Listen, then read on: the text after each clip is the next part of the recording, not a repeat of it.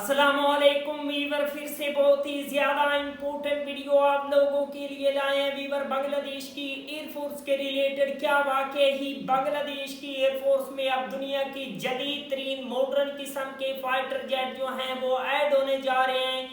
इनको कौन रोक रहा है बांग्लादेश की एयरफोर्स में ऐड होने से? आप लोगों को इस वीडियो में इंफॉर्मेशन मिलने वाली। अभी तक हमारे चैनल को सब्सक्राइब नहीं किया हुआ, जल्दी से हमारे चैनल को सब्सक्राइब कर लीजिएगा। Without wasting the time video को स्टार्ट करते हैं।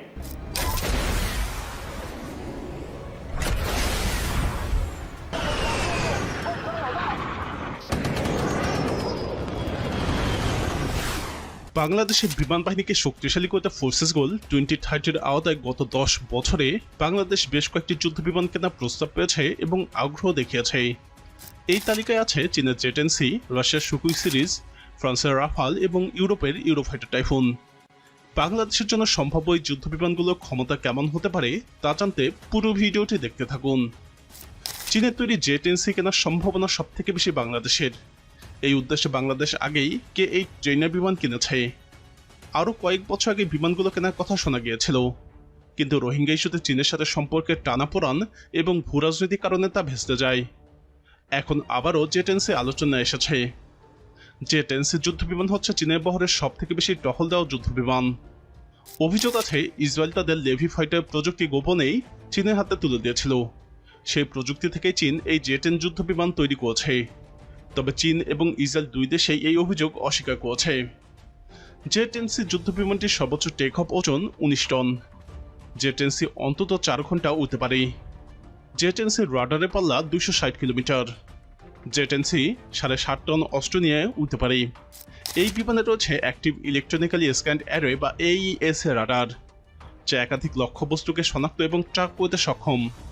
এছাড়াও এতে রয়েছে IRST বা infrared search and tracking system, যা স্টিল বিমানের বিরুদ্ধেও কার্যকর। এটি PL-15 BVR air to air missile, PL-10 short range missile, laser guided বোমা এবং এন্টিশিপ মিসাইল বহন করতে পারে। এটি একটি WS-10 থাইহাং টার্বোফ্যান ইঞ্জিন দ্বারা চালিত, যা বিমানটিকে শব্দের থেকে দ্বিগুণ গতিতে উড়াতে সক্ষম করে। জেটেনসির পাল্লা 2250 কিলোমিটার। জেটেনসির অন্যান্য সেন্সর এবং ইলেকট্রনিক্যালি ইকুইপমেন্ট অত্যন্ত পাওয়ারফুল। ক্যানার ডেল্টা ডিজাইন এবং ইঞ্জিনের 3D থ্রাস্ট ভেক্টরের কারণে জেটেনসি হাই ম্যানুভার ফাইটার।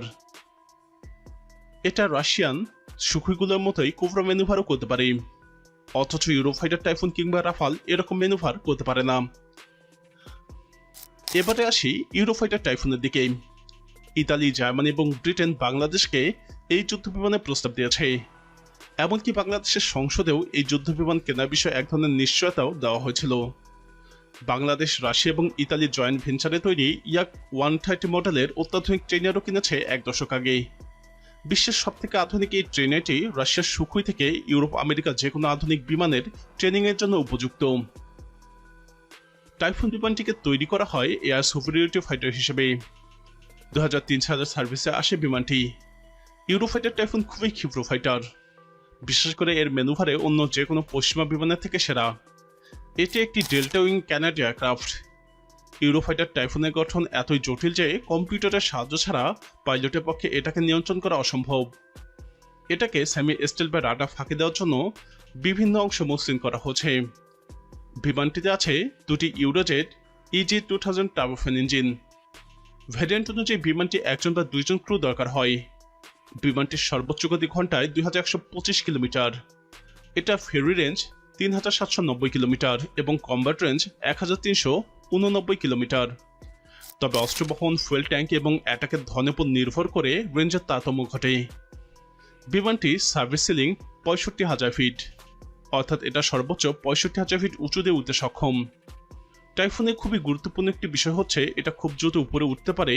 মাত্র 1 সেকেন্ডে বিমানটি 318 মিটার উঁচুতে উঠতে পারে। এর হার্ড পয়েন্ট 13টি, অর্থাৎ 13 জায়গায় অস্ত্র নিতে পারে। শত্রু বিমান ধ্বংসের জন্য সবথেকে শক্তিশালী মিসাইল হচ্ছে আমেরিকান AIM-120।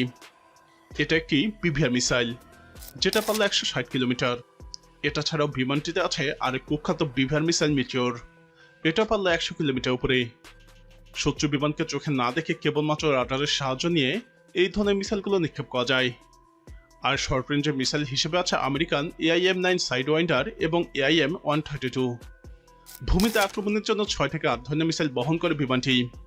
এর মধ্যে সবথেকে উল্লেখযোগ্য হচ্ছে ব্রিমস্টোন এবং স্টর্ম শ্যাডো। तो वीवर बांग्लादेश की एयरफोर्स को J-10C और JF-70 थंडर इन दोनों फाइटर जेट को तो लाजमी तौर पर 2025 में ही अपनी फिजाइया का हिस्सा बना लेना चाहिए। दोनों दुनिया के बेहतरीन किस्म के फाइटर जेट हैं और पाकिस्तान ने मेड किया है चीन की मदद से JF-70 थंडर को, और चीन का J-10C ये बांग्लादेश की पावर बन सकते हैं। और साथ में तुर्की के जदीद तरीन पावरफुल किस्म का स्टेल्थ फाइटर जेट उसको भी ऐड किया जा सकता है। अगर आप लोगों को मजीद इंफॉर्मेटिव वीडियो देखनी है जल्दी से हमारे चैनल को सब्सक्राइब कर लीजिएगा। मिलते हैं आपसे नेक्स्ट वीडियो में इंशाल्लाह, तब तक के लिए अल्लाह।